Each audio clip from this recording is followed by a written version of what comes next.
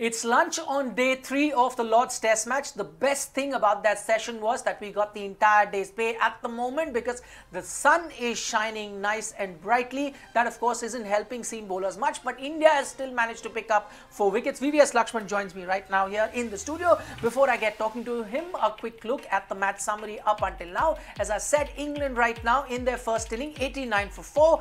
You can see Mohammad Shami there.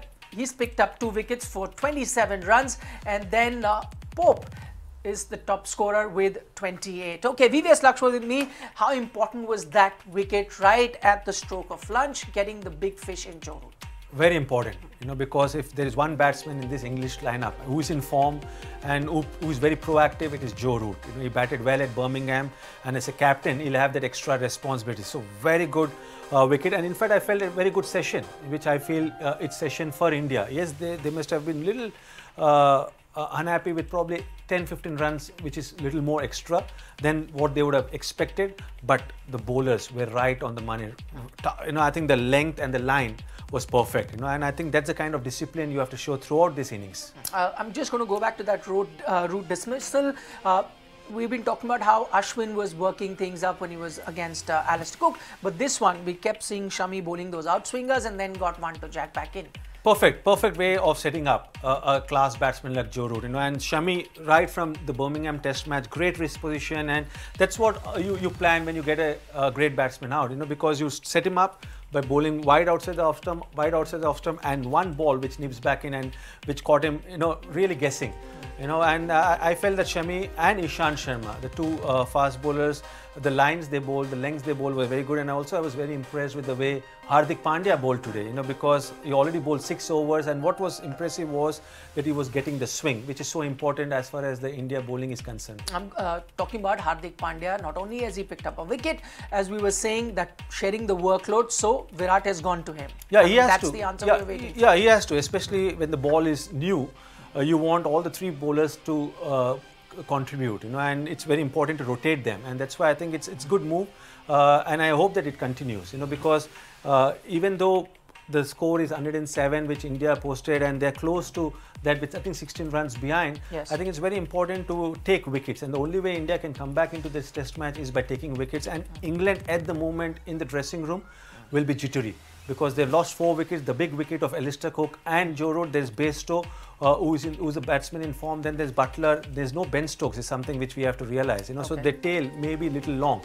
So I think India will be very pleased with the way the first session has gone. Okay, you're saying England would be jittery, considering the fact that they are just 18 runs behind India in that first inning total and still have about 6 wickets in hand. Yeah, because 2 mainstay of the English batting lineup are out, and one thing which India will be remembering is that the 4th innings England has to bat, oh, yes. And as the match progresses, I'm sure the spinners will come into play, and these conditions are totally different to what we saw yesterday. The ball is not swinging substantially like the way it was doing yesterday. There's not so much of lateral movement because now the surface has probably dried down a bit compared to what it was yesterday. So I think the quicker they get the wickets, the better opportunity they will have to post a big total in the second innings and can put pressure on England in the second innings. Okay, so let's talk about the Indian bowlers. As VVS mentions here, it isn't swinging as much as we had seen when the England bowlers were bowling, and yet India's managed to pick up 4 wickets. Here's the Indian bowling card up until now. Ishant Sharma has picked up that 1 wicket, Shami with those 2 wickets, and Hardik Pandya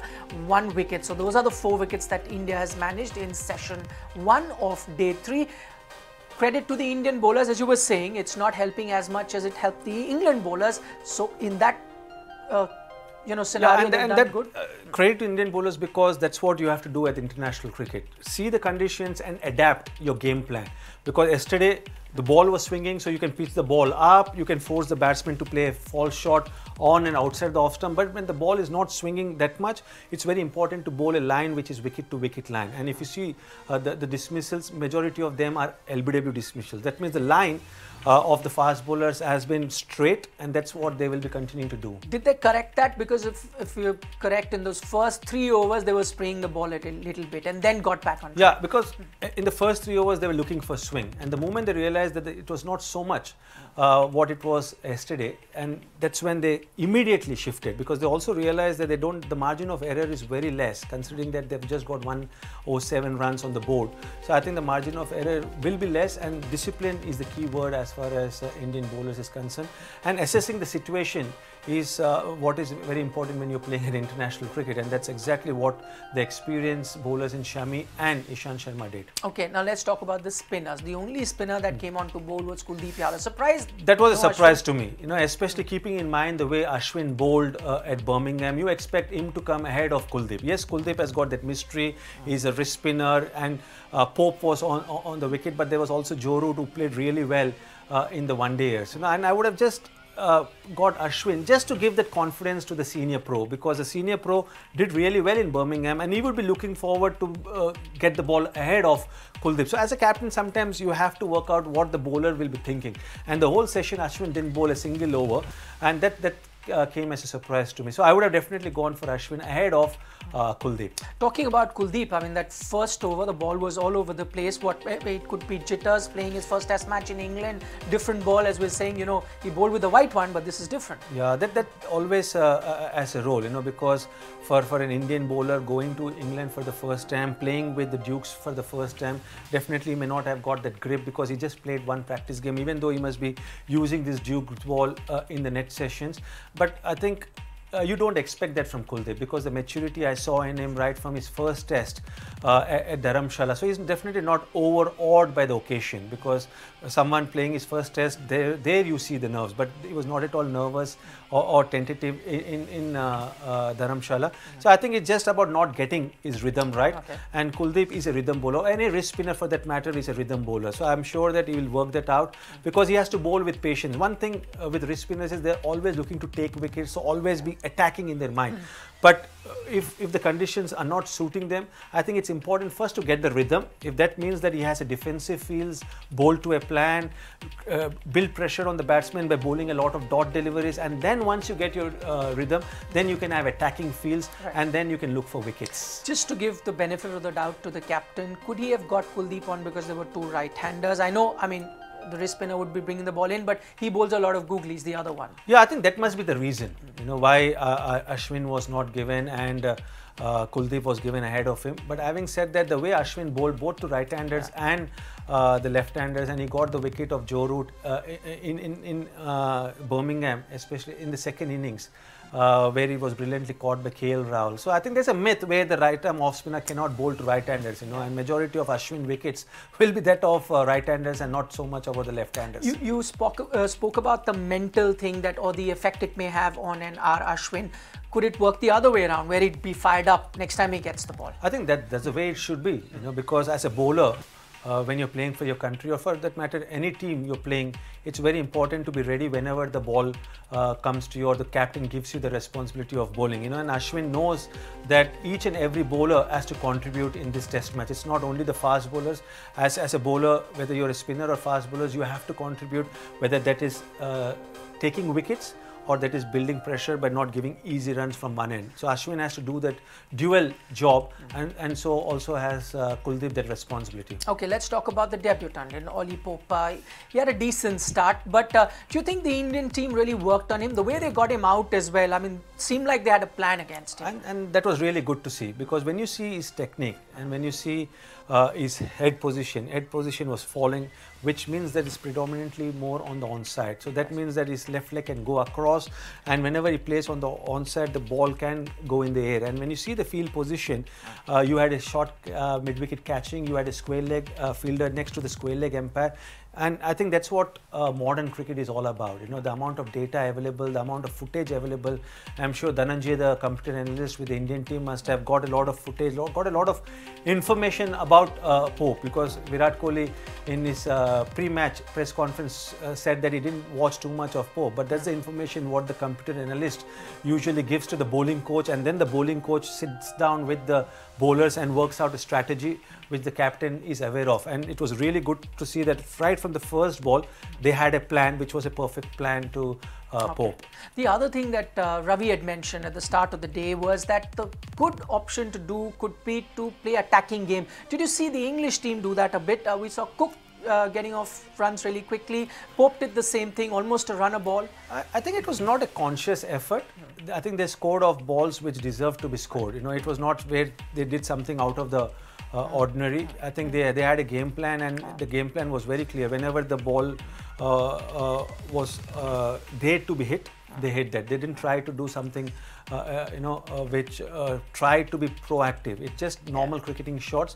But one thing which definitely will be playing in the English batsman's mind is what happened in Birmingham, in conditions which really didn't assist so much the spinners. They got out to the spinners, so they will be definitely thinking about the second innings, and that actually can go in favor of the Indian team. Okay, we've got Ravi now joining us live from London. Ravi, good to have you here. We were talking about how the two teams have performed in this particular session. Which team do you think would be happier of the two in the dressing room? I mean, England just 18 runs short as compared to India's first inning total, and India on the other hand have picked up 4 wickets. I think at the moment England will still be absolutely fine, even being 4 down. They know that there's only a low score from India in the first innings. But I think personally India will be very, very delighted that they got 4 wickets. That it is different conditions to yesterday. The ball's not swinging like it was yesterday, but there is some movement there. And we've just seen, just before lunch, Root getting out with that ball nipping back and staying low. It's just, creep into England's mind about batting last on this pitch. It's starting to look very, very dry, and it may just assist the spinners now. All right, so talking about the spinners, we spoke to VVS a short while ago. Were you then surprised not to see an Ashwin being given a ball ahead of Kuldeep Yadav, considering the way he bowled in the first test match? Yeah, a little bit surprising they went to Kuldeep before they went to Ashwin.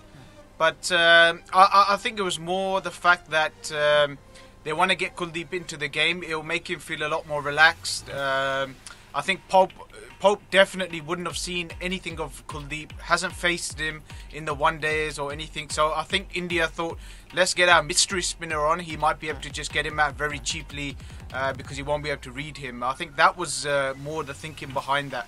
I think Ashwin's got plenty of time to come into this game. The ball is still nipping for the seamers. Right. I would start with the seamers after lunch and then bring Ashwin in after a first spell. Okay, VVS mentioned, Ravi, a short while ago about that one technical glitch in the way Pope was batting, his head falling away, which just gives you a sort of an indication that he's more of an onside sort of a player, and the Indian team seemed to have worked that out. Did you notice that too? Most definitely. He definitely looks like he's got a bit of a heavy head. But he's someone who's very inexperienced. I don't think Pope has batted in the first 10 overs of any innings in his career yet. That was the first time he's gone in before 10 overs has been bowled in an innings. He bats number 6 for Surrey. And Surrey, obviously, being the Oval, is the best pitch in the country. So this is a really big test for him. This is something unusual to bat at number 4 and to be in so early. So his technique will be tested over this month, especially in Test cricket against good quality bowlers. His technique will be tested because I don't think it has been tested yet. It definitely hasn't been tested in first-class cricket just yet.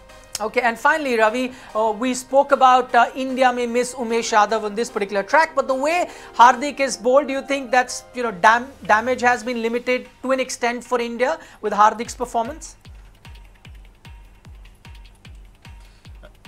Yes, it has a little bit. I mean, I think it would have been still good for to pick Umesh Yadav, but he's done a good job so far with the ball. All right, so Hardik has been doing well.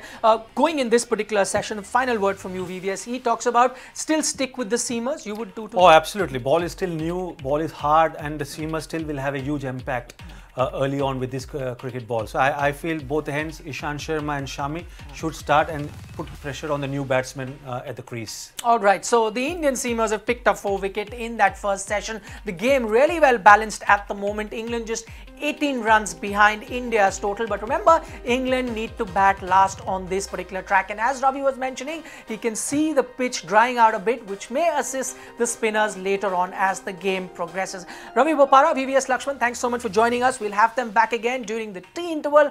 For the moment, that's all that we have for you on ESPN Cricket for Matchday.